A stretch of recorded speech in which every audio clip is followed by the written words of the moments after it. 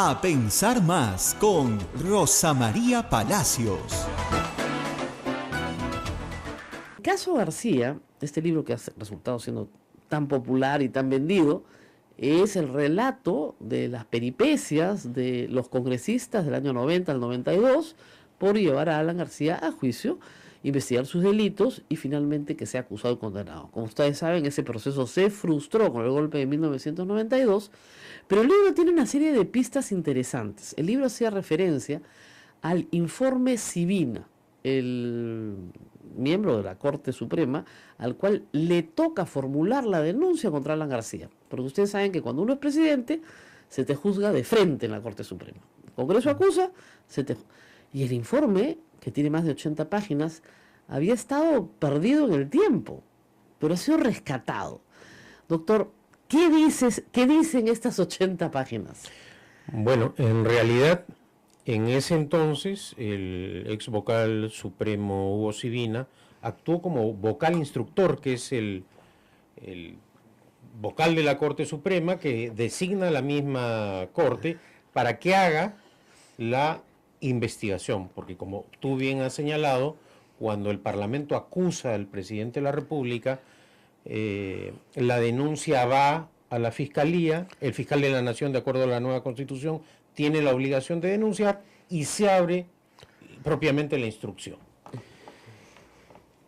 Este informe en realidad sabíamos de su existencia, pero nunca tuvimos la oportunidad de leerlo en su integridad. Que está desaparecido. Simplemente estuvo oculto durante más de 20 años. Y hace algunos días IDL Reporteros ha publicado íntegramente la versión de este informe de Hugo Sibina. Y ciertamente no solo corrobora muchas de las cosas que se decían o se afirmaron a lo largo de la investigación que efectuamos nosotros en el Congreso disuelto inconstitucionalmente por Fujimori, sino que además trae novedades como por ejemplo la compra de un avión con Sanati, un DC-8, por un valor de $4 millones. Adicionalmente prueba que el soborno que Siragusa le pagó a García sí se efectuó. Pero con más precisión, ¿no? Hay sí. más precisión de... O sea, y además llega a probar que no se conocían Siragusa ni Sanati. Claro. Por lo tanto, la versión que dio Siragusa era cierta, porque García fue el que le proporcionó el número de la cuenta y el nombre del banco para que Siragusa le depositara, como él señaló, las contribuciones, claro, ¿no? Y en realidad el juez Sibina lo que hace es probar el circuito de el dinero, el recorrido. En ese entonces no existía la figura de lavado de activos, no, que hoy día sí está legislada, pero prueba, por ejemplo, cómo Siragusa deposita el soborno en el Barclays Bank de Gran Caimán, cómo se verifica a través del levantamiento del secreto bancario, es decir, del mecanismo legal para obtener la información, luego cómo de esa cuenta en donde se encontraron más de $6 millones por versiones dadas e indagaciones judicialmente Sanati, ¿no? Sí, Sanati dice que de esos 6, 2 y pico eran de García. Que ya no era uno. O sea que en realidad del millón del soborno resulta que aparecía otro millón. Claro. También se verifica que en el negocio del avión, García, como parte de pago, le ofreció una casa que él, de la cual él era propietario, cercana al hipódromo de Monterrico. Es decir, trae más información de la que teníamos y se conocía. Y además prueba también el retorno de ese dinero ilícito al Perú para la compra de Canal 13 y de Radio 1160. Claro. En donde Sibina también llegó a interrogar a las personas involucradas en la compraventa de esos medios de comunicación. Es decir, esto no es producto de la invención, De del Sevilla. odio, de la persecución política, de los banqueros, como decía en ese entonces, Claro. porque hay que recordar, ¿no? Sí, los los banqueros. banqueros, Cuatro la banqueros. derecha, los banqueros, ¿no? Ajá. No.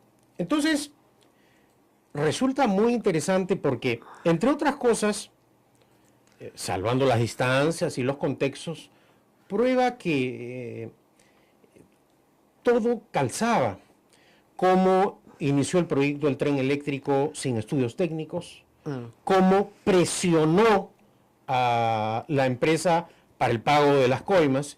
Y si hacemos un análisis no malévolo, como diría el García. personaje central, ciertamente muchos de esos patrones o de esa metodología se repite precisamente en su obra emblemática El tren eléctrico en su segundo gobierno, Claro. que es precisamente la obra que están investigando ahora, porque también durante la ejecución de ese proyecto se ha probado que se han pagado 24 millones de dólares en sobornos. Claro. Entonces, sí es, no solo desde el punto de vista de la novedad periodística, algo importante. Bueno, que creo que en cualquier país del mundo que se encuentre, después de muchos años, un informe de un vocal de la Corte Suprema que prueba actividad delictiva de un expresidente de la República, ciertamente no solamente va a servir para el análisis de la política, sino que servirá también para los estudiantes de Derecho,